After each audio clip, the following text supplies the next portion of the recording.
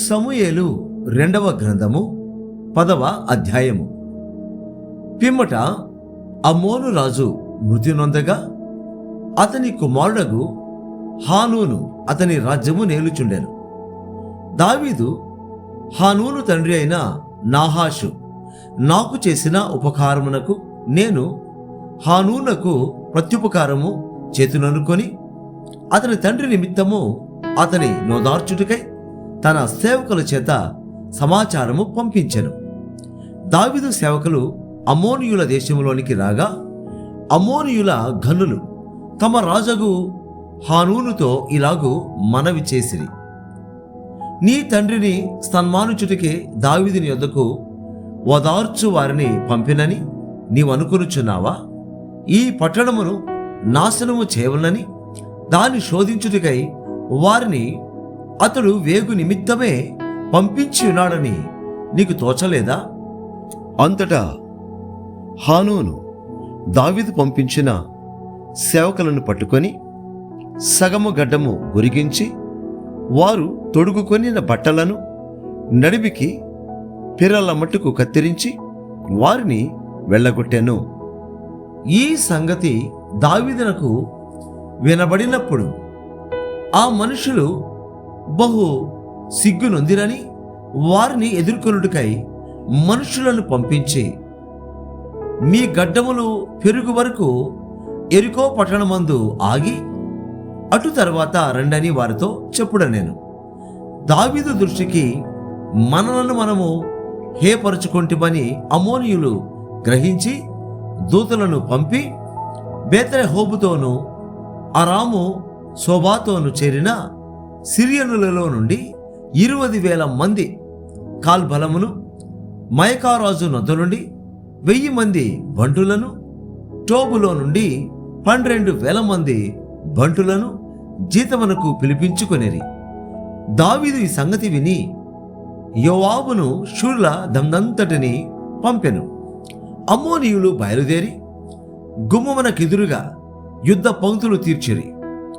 Soba సిరియనులను, Rehob సిరియనులను, mica వారును, Tobu వారును విడిగా పొలములో నిలిచిరి. యోవాబు తనకు వెనుకను ముందును వారు యుద్ధ పంక్తులు తీర్చుండుట చూచి ఇశ్రాయేలీయులలో బలాఢ్యులను ఏర్పరచి పంక్తులు తీర్చి సిరియనులను ఎదుర్కొనబోయాను. అమ్మోనీయులను ఎదుర్కొనుటకై మిగిలిన వారిని తన సహోదరుడగు అబీషైకి అప్పగించి, సిరియనుల బలము నాకు మించినడల నీవు నన్ను ఆదుకొనవలెను, అమ్మోనీయుల బలము నీకు మించినడల నేను వచ్చి నిన్ను ఆదుకొందునని చెప్పి అమ్మోనీయులను ఎదుర్కొనుటకై తన వారిని వ్యూహపరిచెను. అప్పుడు ధైర్యము తెచ్చుకొమ్ము, మన జనులను మన దేవుని పట్టణములను తలంచుకొని ధైర్యము తెచ్చుకొందాము.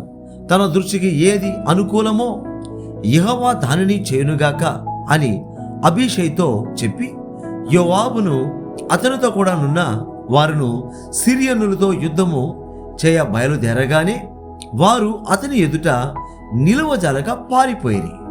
సిరియనులు పారిపోట అమ్మోనీయులు చూచి వారును అబీషై ఎదుట నిలవలేక పారిపోయి పట్టణములో చొరబడగా యోవాబు అమ్మోనీయులను విడిచి యెరూషలేమునకు వచ్చెను. అయితే సిరియనులు తాము ఇశ్రాయేలీయుల చేతిలో ఓడిపోతిమని తెలుసుకొని గుంపు కూడిరి. హదదెజరు నది అవతలనున్న సిరియనులను పిలువనంపగా వారు హేలామునకు వచ్చిరి. హదదెజరు సైన్యాధిపతియగు షోబకు వీరికి అధిపతిగా ఉండెను. దావీదునకు ఈ వార్త వినబడినప్పుడు అతడు ఇశ్రాయేలునందరినీ సమకూర్చి యొర్దాను నది దాటి హేలామునకు వచ్చెను. సిరియనులు సన్నద్ధులై దావీదును ఎదుర్కొన వచ్చి అతనితో యుద్ధము కలిపి ఇశ్రాయేలుల ఎదుట నిలువ జాలక పారిపోగా దావీదు సిరియనులలో 700 మంది రధికులను 40,000 మంది గుర్రపు రౌతులను హతము చేసెను. మరియు వారి సైన్యాధిపతి యగు షోబకు దావీదు చేతిలో ఓడిపోయి అచ్చటనే చచ్చెను. హదదెజరునకు సేవకులకు రాజులందరూ తాము ఇశ్రాయేలుల ఎదుట నిలువ లేకుండుట కొట్టబడి ఉండుట చూచి ఇశ్రాయేలులతో సమాధానపడి వారికి లోబడిరి. సిరియనులు భయాక్రాంతులై అమ్మోనీయులకు ఇక సహాయము చేయుట మానిరి. సమూయేలు 2వ గ్రంథము 11వ అధ్యాయము. వసంతకాలమున రాజులు యుద్ధమునకు బయలుదేరు సమయమున దావీదు యోవాబును అతని వారిని ఇశ్రాయేలులందరినీ పంపగా వారు అమ్మోనీయులను సంహరించి రబ్బా పట్టణమును ముట్టడి వేసిరి. అయితే దావీదు యెరూషలేమునందు నిలిచెను. ఒకానొక దినమున ప్రొద్దు గురుకు వేళ దావీదు పడక మీద నుండి లేచి రాజనగరి మిద్దె మీద నడుచుచు పైనుండి చూచుచుండగా స్నానము చేయు ఒక స్త్రీ కనబడెను. ఆమె బహు సౌందర్యవతి అయి ఉండుట చూచి దావీదు దాని సమాచారము తెలుసుకొనుటకై ఒక దూతను పంపెను. అతడు వచ్చి ఆమె ఏలియాము కుమార్తెయు హిత్తీయుడగు ఊరియాకు భార్యయునైన బెత్షెబా అని తెలియజేయగా దావీదు దూతల చేత ఆమెను పిలువనంపెను. ఆమె అతని యొద్దకు రాగా అతడు ఆమెతో శయనించెను. కలిగిన అపవిత్రత పోగొట్టుకొని ఆమె తన ఇంటికి మరలా వచ్చెను. ఆ స్త్రీ గర్భవతి అయి నేను గర్భవతినైతినని దావీదునకు వర్తమానము పంపగా దావీదు హిత్తీయుడగు ఊరియాను నా ఎదుకు పంపుమని దూత ద్వారా యోవాబునకు ఆజ్ఞ ఇచ్చెను. ఊరియా దావీదునొద్దకు రాగా దావీదు యోవాబు యోగక్షేమమును జనుల యోగక్షేమమును యుద్ధ సమాచారమును అడిగాను. తరువాత దావీదు ఇంటికి పోయి శ్రమ తీర్చుకొనుమని ఊరియాకు సెలవేగా ఊరియా రాజా నగరిలో నుండి బయలు వెళ్ళెను. అతని వెనుక రాజు ఫలాహారము అతని యొద్దకు పంపించెను గాని ఊరియా తన ఇంటికి వెళ్ళక తన ఏలిన వాని సేవకులతో కూడా రాజనగరి ద్వారమున పండుకొనెను. ఊరియా తన ఇంటికి పోలేదను మాట దావీదునకు వినబడినప్పుడు దావీదు ఊరియాను పిలిపించి నీవు ప్రయాణము చేసి వచ్చితివి గదా, ఇంటికి వెళ్ళకపోతివేమని అడుగగా ఊరియా మందసమును ఇశ్రాయేలు వారును యూదావారును గుడారములలో నివసించుచుండగను నా అధిపతియగు యోవాబును నా ఏలిన వాడవగు నీ సేవకులను బయట దండులో నుండగను భోజన పానములు చేయుటకును నా భార్య యొద్ద పరుండుటకును నేను ఇంటికి పోదునా?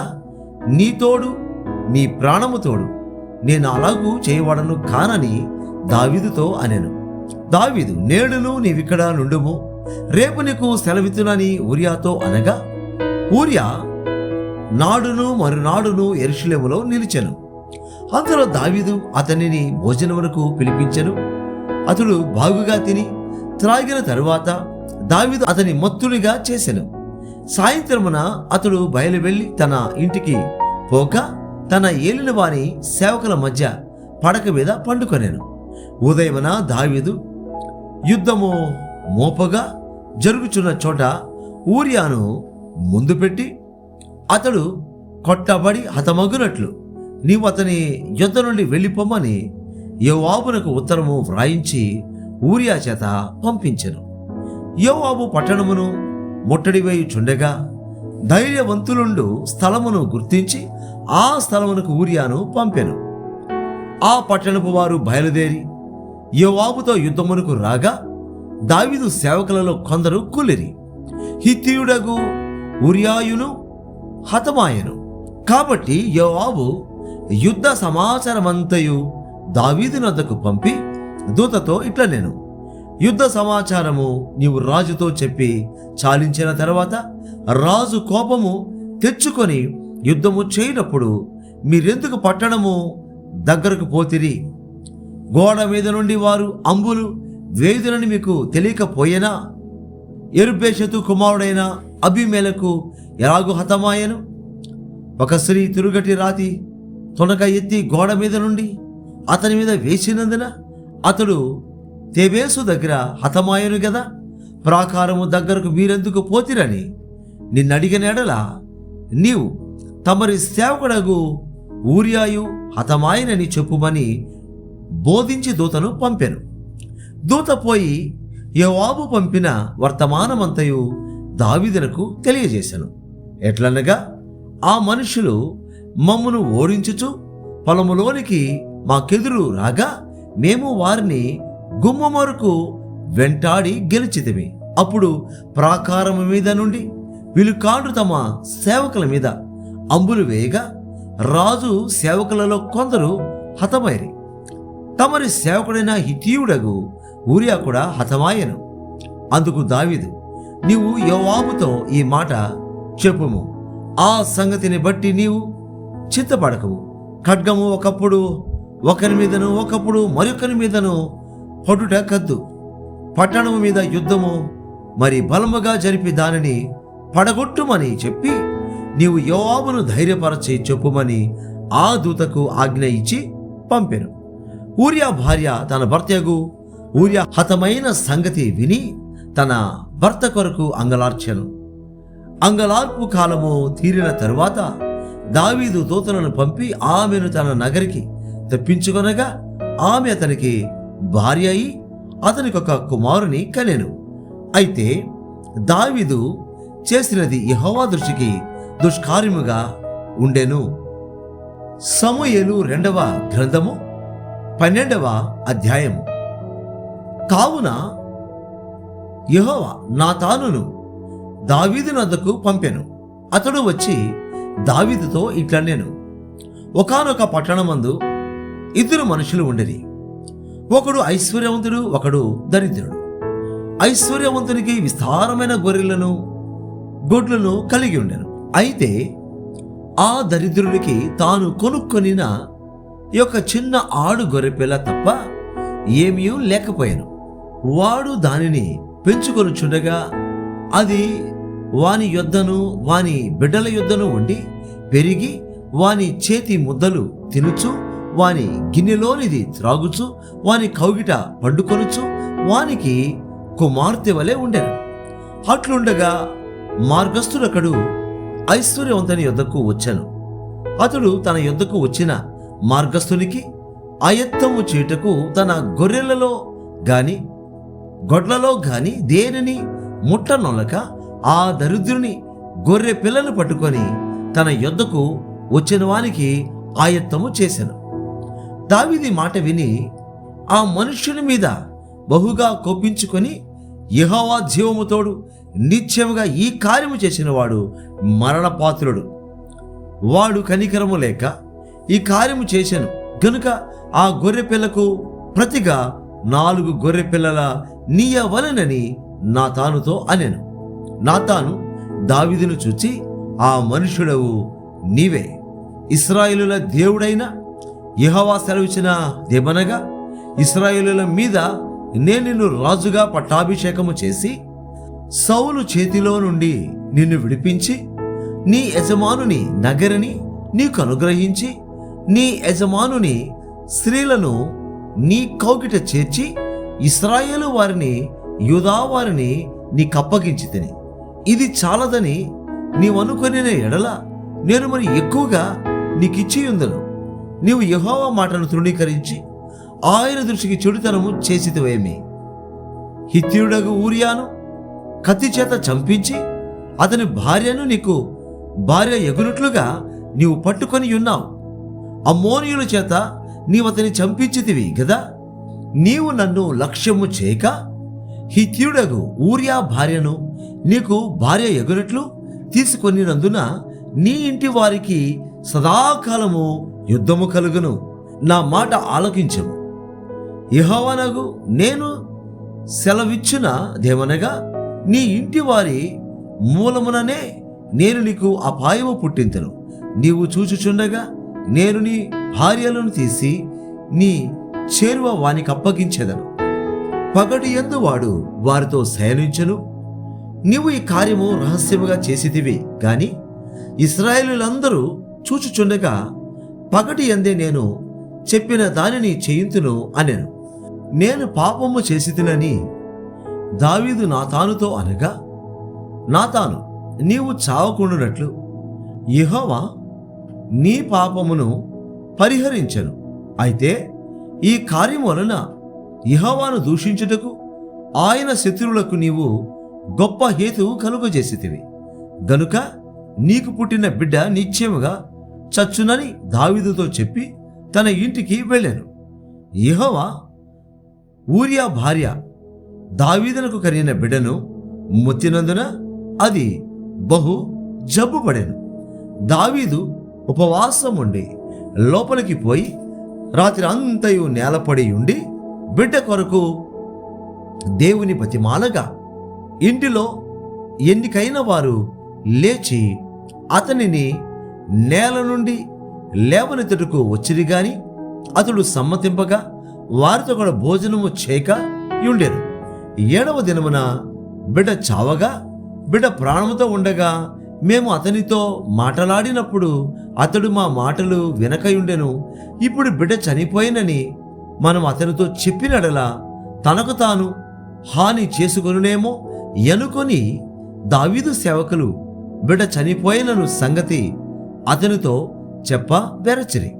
అయితే దావీదు తన సేవకులు గుసగుసలాడుట చూచి బిడ్డ చనిపోయినను సంగతి గ్రహించి బిడ్డ చనిపోయేనా అని తన సేవకులను అడుగగా వారు చనిపోయేననిరి.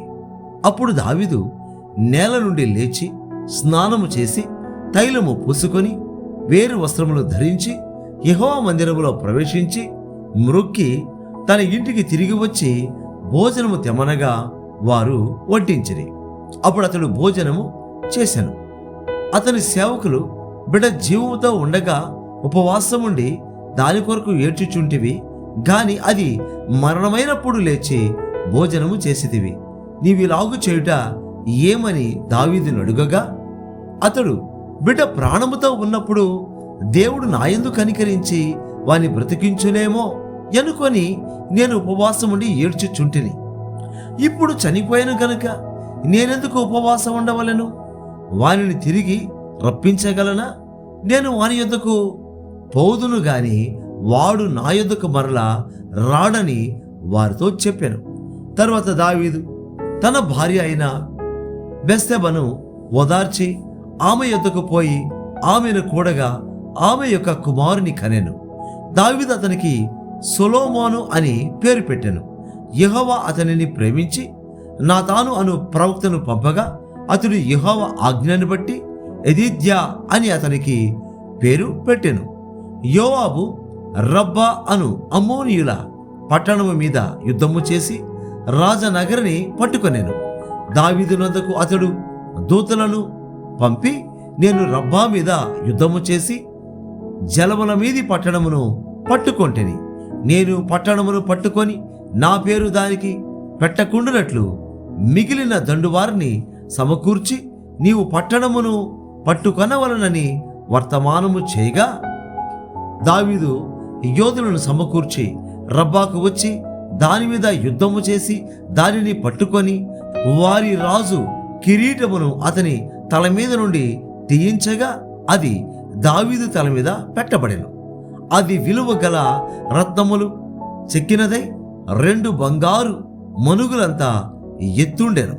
మరియు అతడు పట్టణములో నుండి బహు విస్తారమైన దోపు సొమ్ము పట్టుకొని పోయాను. పట్టణంలో ఉన్నవారిని బయటికి తెప్పించి రంపముల చేతను పదును గల ఇనుప పనిముట్ల చేతను ఇనుప గొడ్డండ్ల చేతను వారిని తుత్తునీయులుగా చేయించి వారిని ఇటుక ఆవములో వేసెను. అమ్మోనీయుల పట్టణములన్నిటికీ అతడు ఇలాగూ చేసెను. ఆ తరువాత దావీదును జనులందరూ తిరిగి యెరూషలేమునకు వచ్చిరి.